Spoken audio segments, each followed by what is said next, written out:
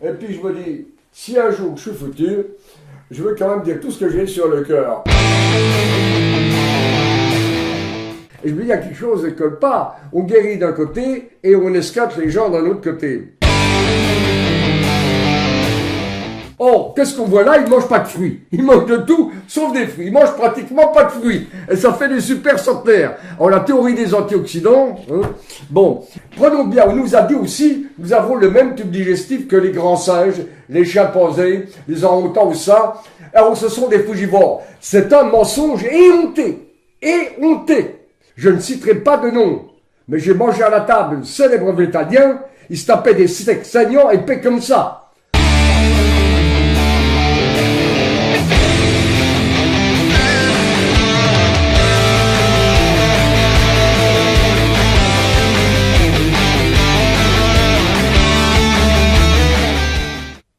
Le temple du végétalisme, on y rentre porté par les ailes de la spiritualité et on en sort dans un cimetière d'enfants.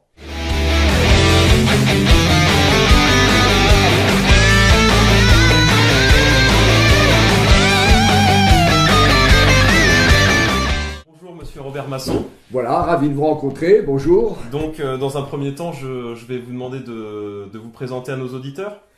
Je vais essayer parce que c'est une chose que j'aime pas tellement.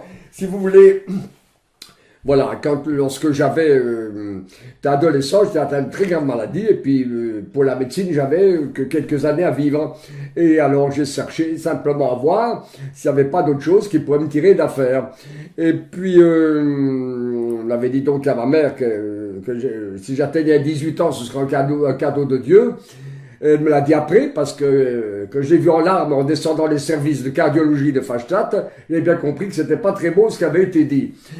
Et puis, alors j'ai cherché ailleurs, et j'ai eu la chance de tomber assez vite, de comprendre assez vite ce qui me rendait malade. Je mangeais toute la journée du cacao et du sucre à la petite cuillère. J'adorais lire, et toute la journée je mangeais cela. J'avais horreur des crudités, et pour faire l'homme comme les copains, je fumais un petit peu. Bon, j'ai arrêté bien sûr le tabac, j'ai eu une nourriture plus équilibrée, pris des crudités au repas, mais surtout j'ai arrêté toute la journée de manger du sucre et du cacao.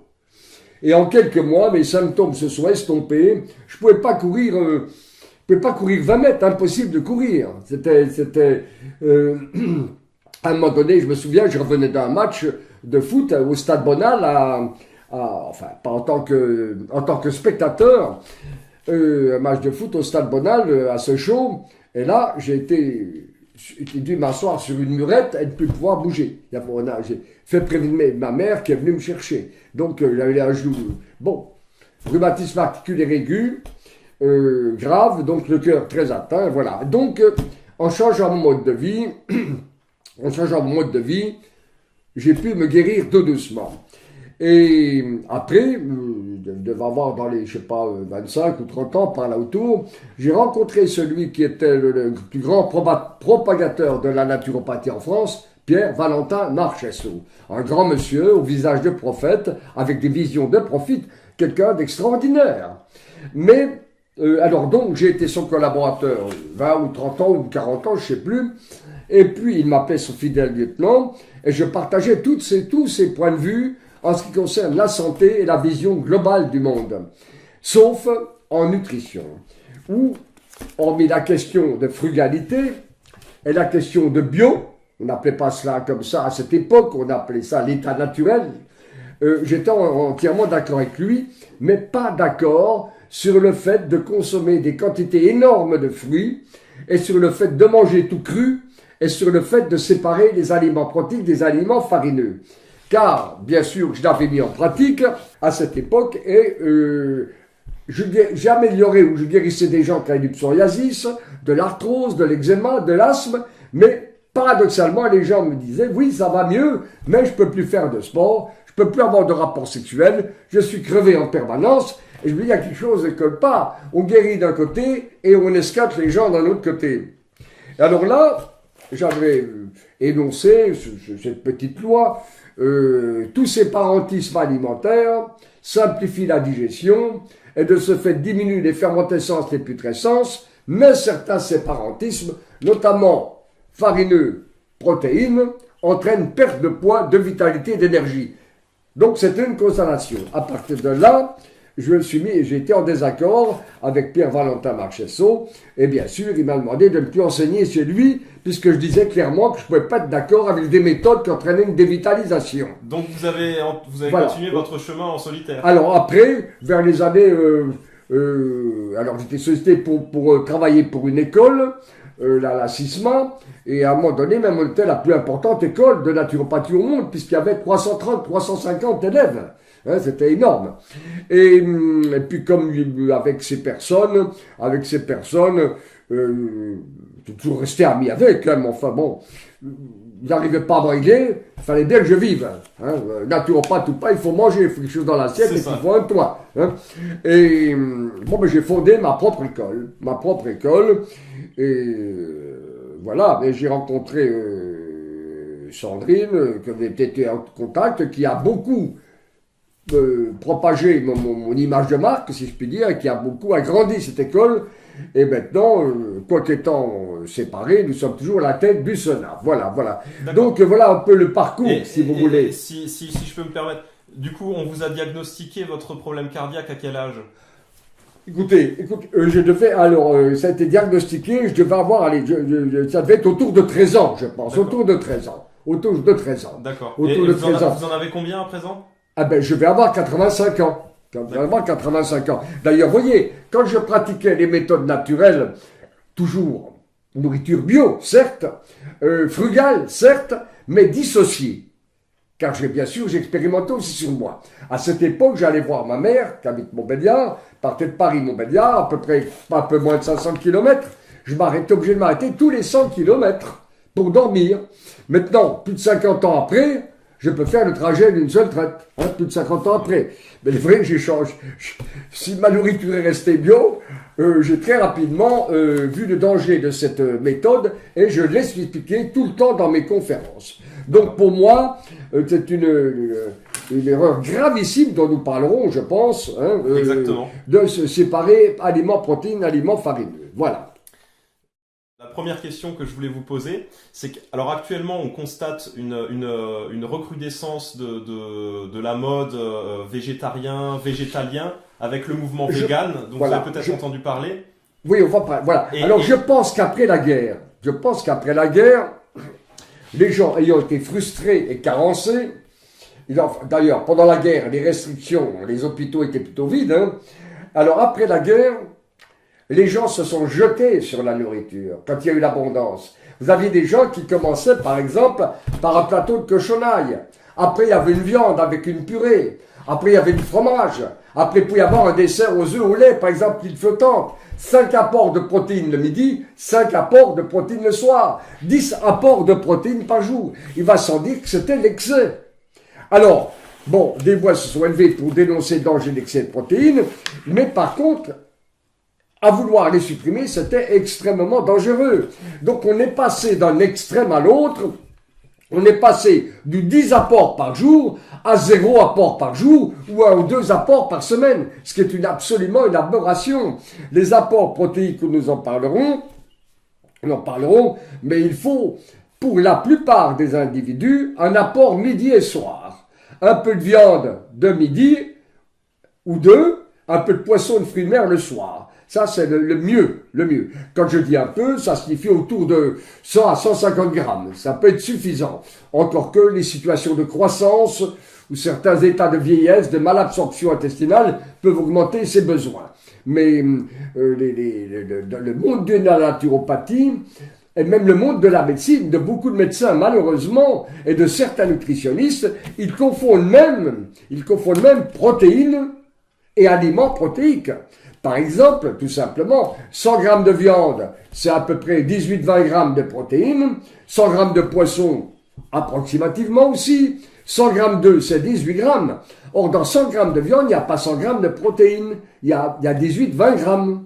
Alors, quand on dit qu'un individu doit avoir 1 gramme par jour 1 gramme par jour de protéines et par kilo corporel, ce qui signifie par exemple pour un petit bonhomme comme moi de 60-63 kilos, 60 grammes de protéines. Mais 60 grammes de protéines, je les trouve dans 150 grammes de viande plus 150 grammes de poisson. 60 grammes de protéines se trouvent dans 300 grammes d'aliments protéiques.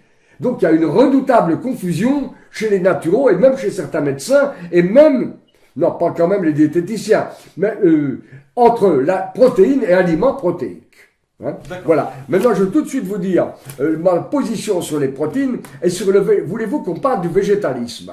Je voulais vous déjà, allez venir. Voilà, je voulais déjà que vous fassiez le point des différentes modes alimentaires. Parce que je sais que depuis les années 60, alors on a eu la méthode Kousmine, il y a eu la méthode Seignalé, il y a eu l'alimentation dissociée, c'était Shelton, c'est ça? Est-ce que vous pouvez faire un historique? Écoutez, c'est extrêmement simple.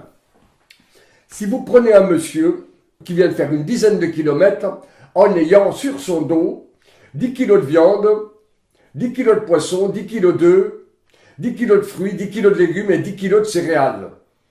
Et 10 kilos de légumineuses. L'individu est claqué, il n'en peut plus.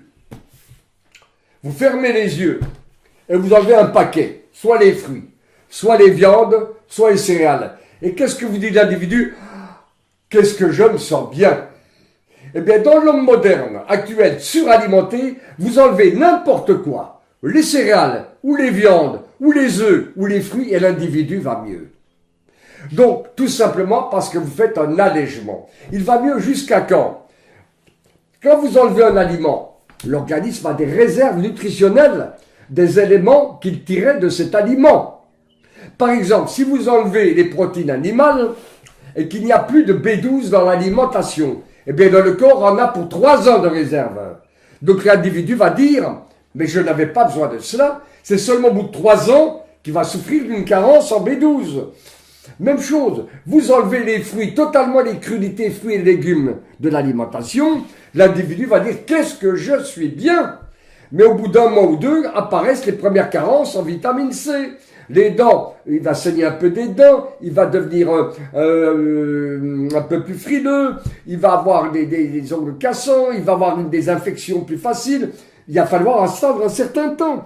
Même chose, vous enlevez les graisses animales avant qu'il y ait une malcalcification par manque de D3, eh bien il va falloir plusieurs mois, voire plusieurs années.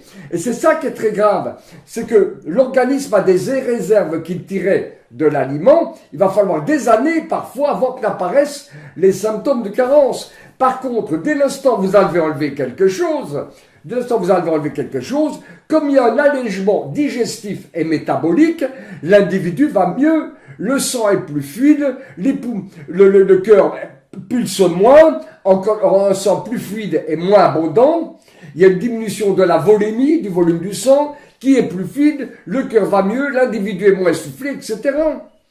Voyez? Donc, dès l'instant où vous enlevez quelque chose, n'importe quoi, l'individu va aller mieux. Alors plutôt, prenons notre individu qui vient de faire 8-10 km avec tous ses sacs sur le dos, alors pratiquons l'allègement. Mais au lieu d'enlever un paquet, enlevons un peu de chaque paquet et on a le même allègement sans risquer de carence. Mais c'est trop simple ça. Et on n'aime pas les choses simples. L'individu a besoin de choses, il faut que ce soit draconien. On n'est pas capable, on a beaucoup de mal de comprendre les nuances. Mais il suffit. Vous pouvez inventer n'importe quel système et devenir riche. Inventer, inventer le thalassavorisme, par exemple. Allez, tiens. Demain, les gens n'ont plus le droit qu'à manger du poisson, des fruits de mer, des algues et des légumes de mer. Mais vous allez faire des miracles. Vous allez vous enrichir jusqu'au moment où les individus auront des carences protéiques, puisqu'ayant enlevé les farineux, une bonne partie de la protéine sera transformée en sucre. Mais en attendant, vous allez devenir milliardaire ou millionnaire. Donc, toute ablation, toute soustraction d'un aliment va être bénéfique pendant plusieurs mois, plusieurs années, jusqu'au moment où apparaissent les carences, où l'organisme n'a plus de réserve de l'élément qu'il tirait de l'aliment soustrait. Et là, les carences apparaissent avec les déprimes, etc. Et les ruptures de couple, parce que très souvent dans un couple, l'homme oblige la femme à suivre, ou le contraire, et il y a un jour, il y en a un qui en a marre, qui est frustré et qui s'en va. Hein. Bon, il y a aussi ça dont on parle peu. Hein. Quand on gosse...